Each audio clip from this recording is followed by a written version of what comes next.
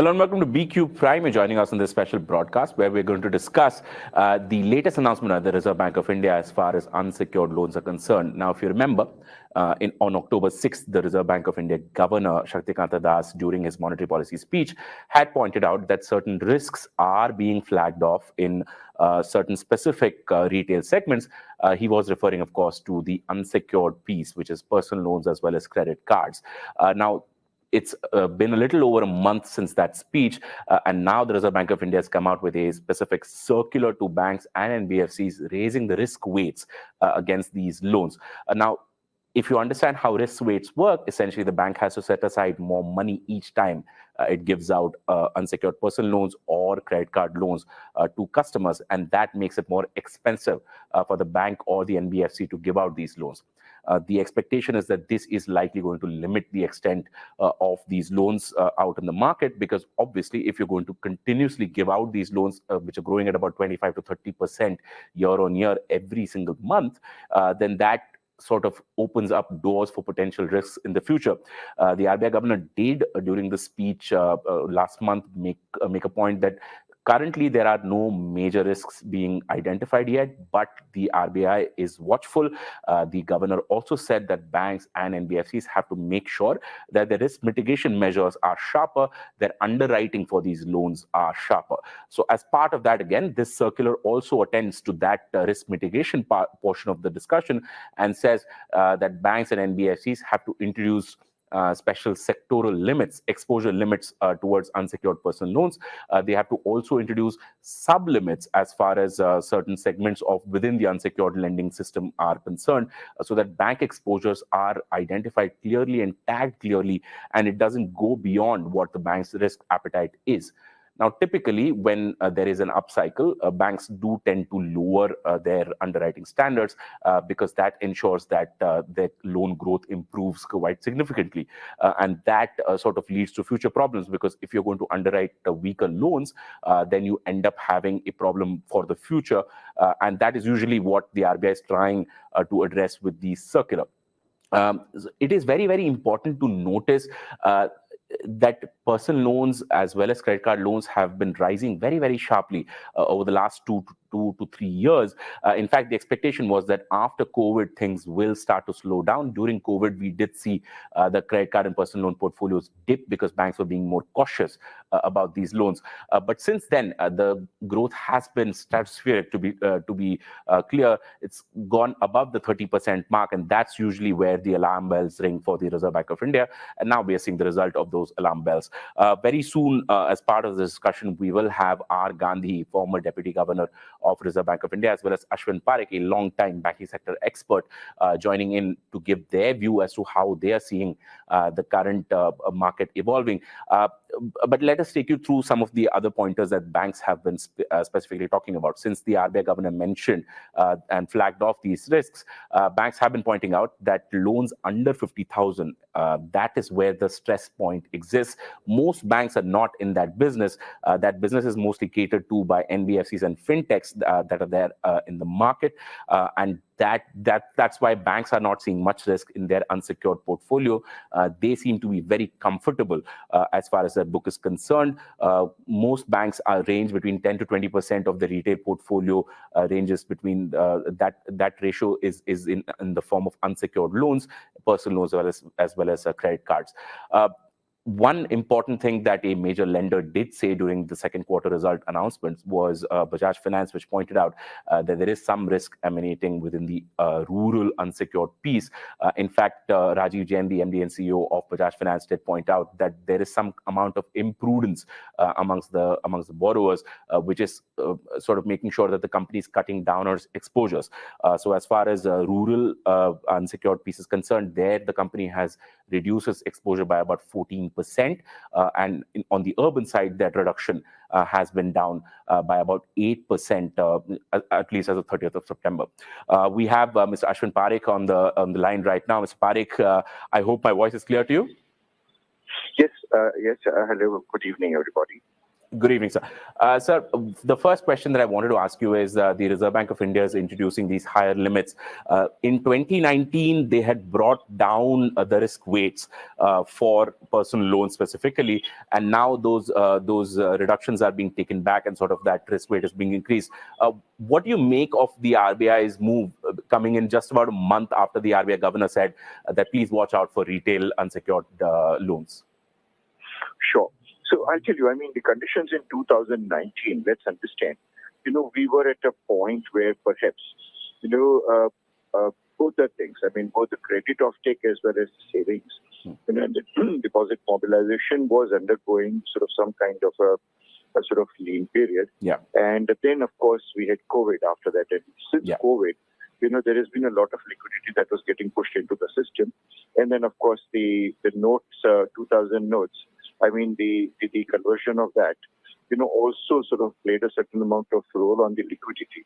Now, this liquidity was, in some form or the other found its way in the economy. Right. And of course, we had a good economic development, a good economic growth. But associated with that, with a lot of money and with a lot of cash flows improvement, at both the urban as well as the rural areas, we suddenly realized that there was a huge amount of sort of consumption that has grown up. The demands were rising for several goods. But the behavioral aspect associated with that consumerism and also is very, very, very sort of well explained, because you have two-wheelers demand, you have vehicle demand, right, and then there is an all-round demand for even consumer goods.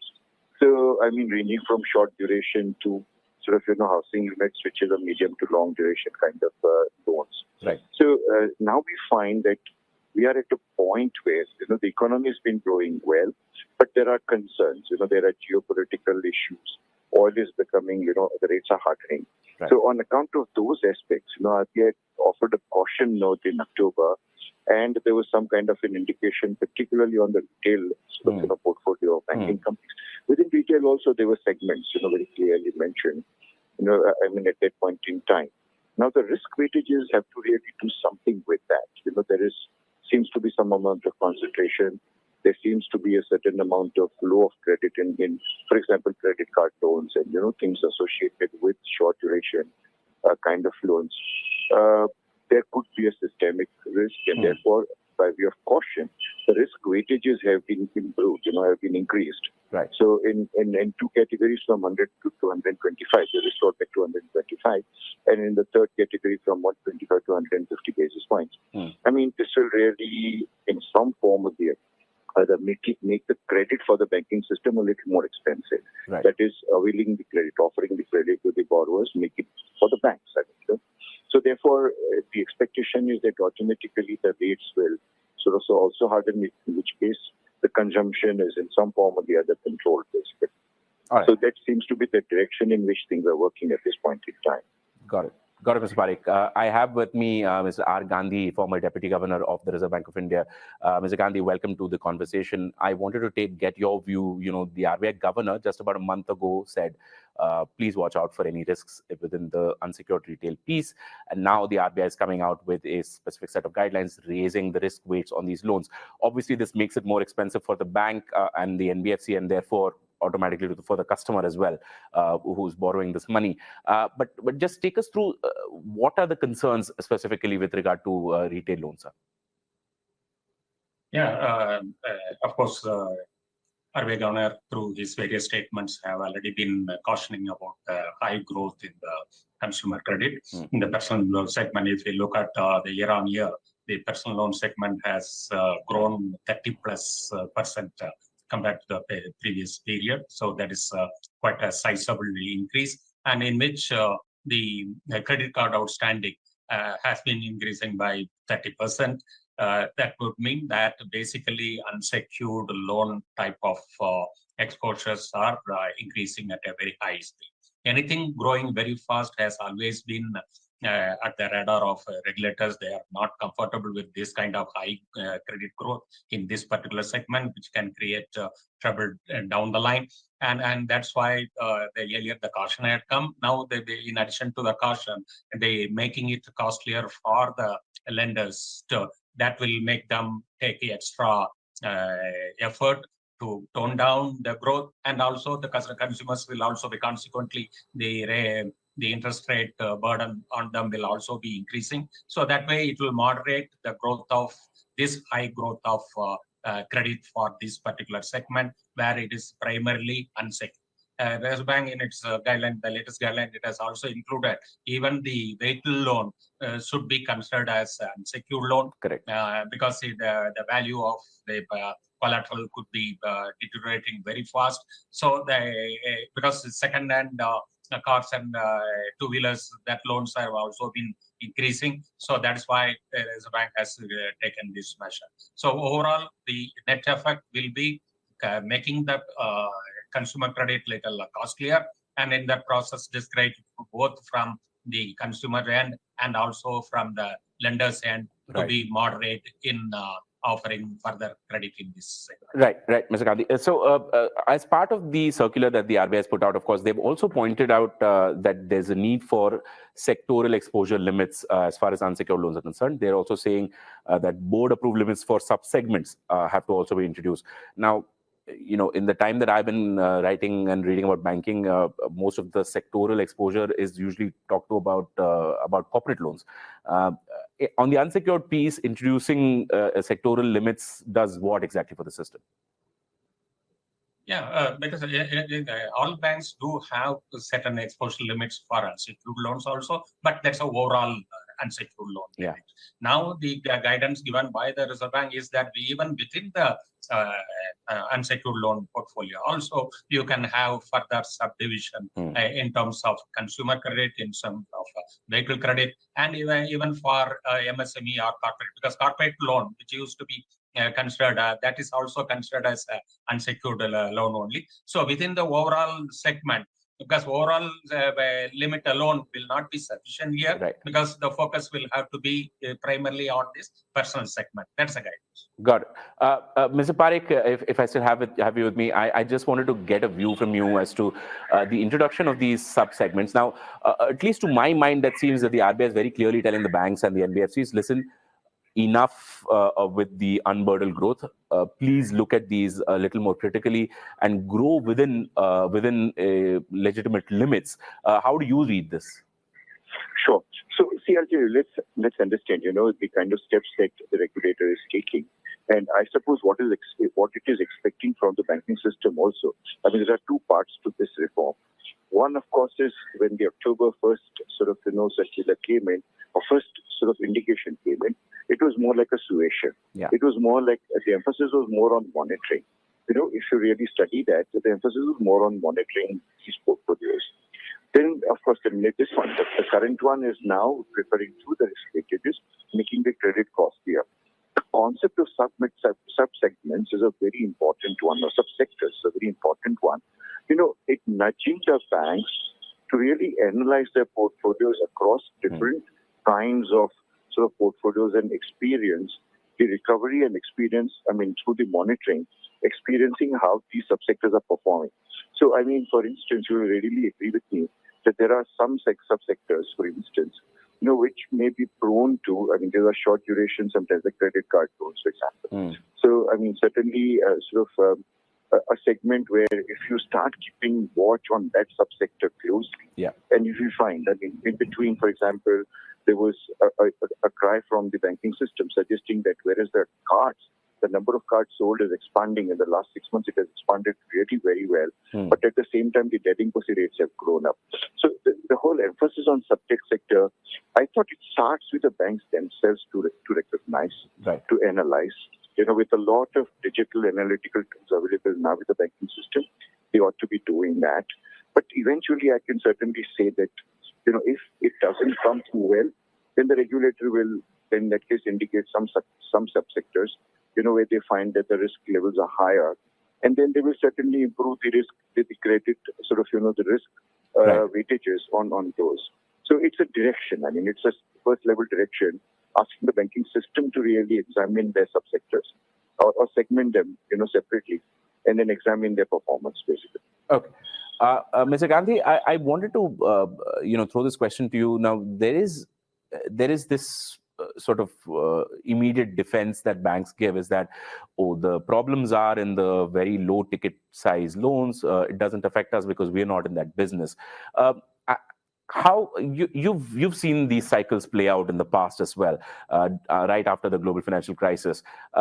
To your mind, how soon does a contagion so I mean I'm sorry to use the word, but how soon does this spread into larger loan segments as well?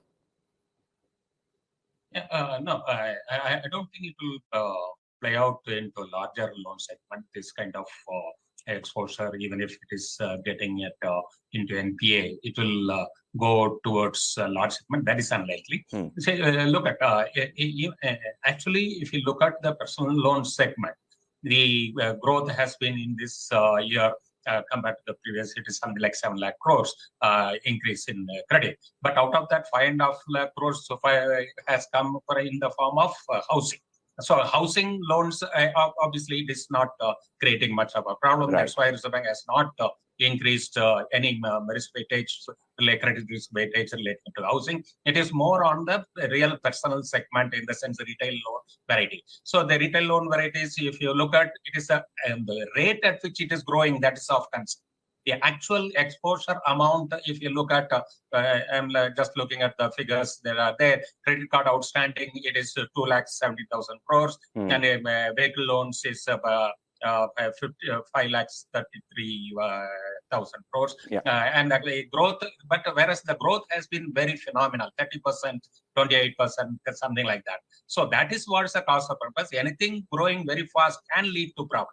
That's why the kind of speed breaker is needed, and this kind of guidance, when it comes and when it make it credit costlier, that brings automatically extra caution, and the growth can be mellowed down. That's the purpose. That's why it is true that the actual credit risk is emanating more in the low ticket items, where the bank's exposure is much less. That's why the bank has this time put extra risk weightage for the NBFC segment also, because they are more into that particular segment. So that way it has taken care that whether it is a bank or non-bank, whoever is in this business, they should play a little more cautious.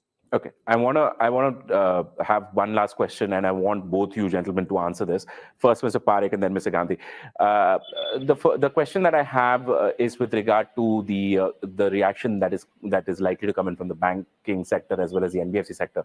Do you think that this should scare lenders into sort of pulling back on that growth, or is this just par for course and they'll adjust everything and the growth continues as is?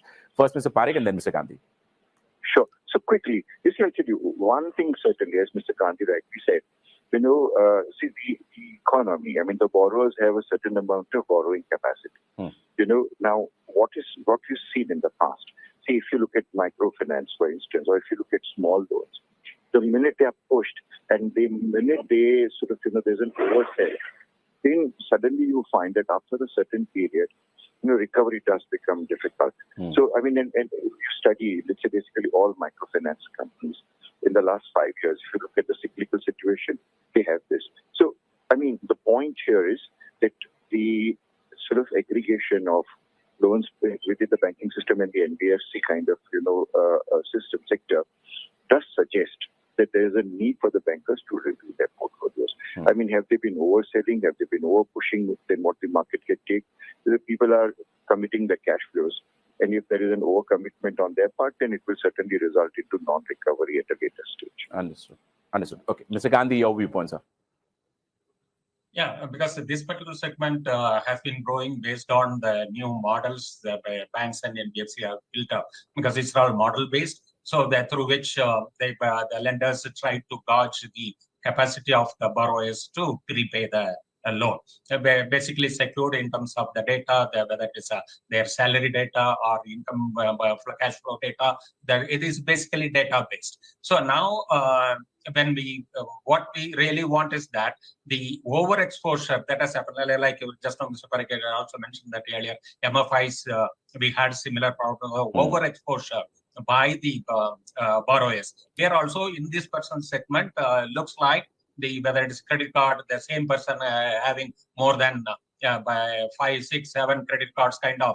That's a kind of control now by banks and NBFCs will have to look at the background of the capacity of the borrowers. Whether they have overextended themselves by borrowing more, and accordingly make corrections. So these are the kind of steps the banks and the NBFCs will have to look at very quickly. One, of course, the portfolio level compression also will be needed, and at the individual borrowers assessment also, they have to tighten their process. All right. Thank you so much, Mr. Parekh and Mr. Gandhi, for joining us and quickly giving us some key insights on this topic. So that was our two guests discussing this topic. Of course, just taking you through what has happened so far. The Reserve Bank of India has introduced special risk weights for unsecured loans as well as credit card receivables. What it has also done is that it asked banks to create certain subsegments and sectoral exposure limits for the unsecured retail loan portfolios, so that banks specifically know how much they can extend their portfolio within this unsecured piece and which segments they can grow in. These announcements, of course, are coming in about a month after the Reserve Bank of India governor said that please watch out for any risks that might be coming in through the unsecured retail loan portfolio. Of course, the RBI governor was clear that banks and other lenders have to ensure that their risk management skills are up to the mark, and their underwriting skills have to be good, and that these guidelines that have come in now are sort of an extension of that warning / guidance to the banking and NBFC segment. Do keep watching BQ Prime. Over the course of this week, we will discuss this story further and get in more guests to get you the best insights possible. Thank you so much for joining in.